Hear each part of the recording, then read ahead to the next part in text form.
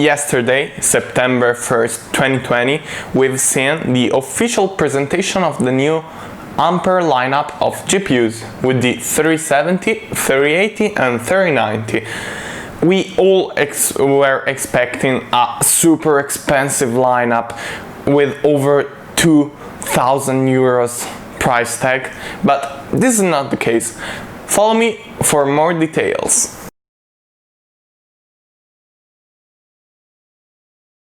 Let's start with the basic, the architecture of these new GPUs, but let's be really quick about this.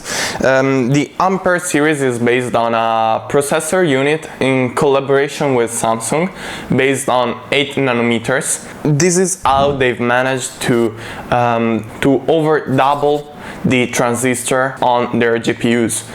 They now reach, with the 3090, 28 billion transistors on a single GPU. But what does this mean to consumers? Better temps, better TDP, and better performances. So let's start with the cheapest one.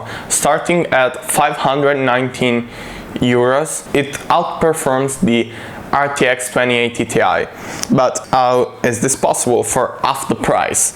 Well, it has 5888 CUDA cores, which is the basic unity for GPUs, and a base clock of 1.5 GHz.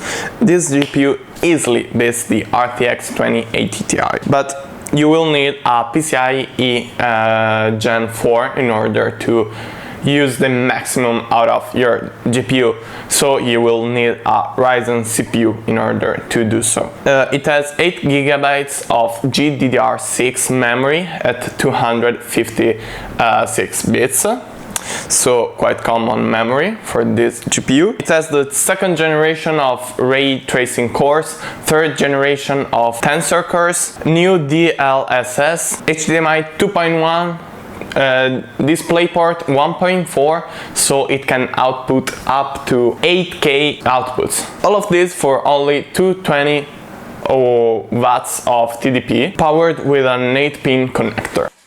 Let's now talk about the top tier consumer GPU, the RTX 3080, with a starting price at only 619 euros. Its performance are double the RTX 2080. It has 8704 CUDA cores at a base clock of 1.44 GHz up to 1.6 GHz in turbo clock. This time is paired with 10 gigs of GDDR6X memory at 320 bits, so faster and greatest, to be honest, in comparison of his small brother. It also has all the features of the 3070, so second generation of ray tracing cores, third generation of tensor cores, new DLSS, 2.1 HDMI, 1.4A DisplayPort, also for outputs at 8K, which is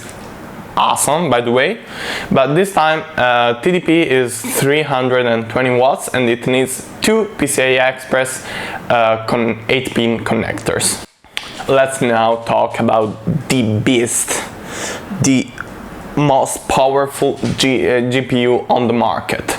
With only 1549 euros, you will be able to play 8K games, upscaled of course, because no games natively supports 8K, 60 FPS with no compromises whatsoever. We're talking about the RTX 3090. This is the Titan equivalent, if you didn't know. CUDA cores on this GPU reaches over 10,000 of them. To be precise, 10,496 at 1.4 GHz of base clock up to 1.7 on turbo. This is just a beast. I don't know how to describe this. 24 gigs of GDDR6X memory at 384 bits. This is the fastest memory on a GPU. All the previous features like second generation ray tracing cores, third generation tensor cores, DLSS and so on are available, of course, on this GPU. And the TDP reaches 350 watts, which has been leaked before, and it is powered also by two PCI Express 8-pin connectors. During the presentation, this GPU has shown a gameplay in 8K 60 FPS upscaled, as I said before, with no compromises, no problems whatsoever, and this is just mind-blowing. Only a couple of years ago, even an SLI of Quadro 8000, which is like 20,000 euros, I think, something along those lines, would have struggled to play such extreme content and at such extreme resolution. This time with a relatively cheap GPU for this kind of enthusiast level of gameplay, because almost no one has even an 8K TV to play these contents, but this is really awesome.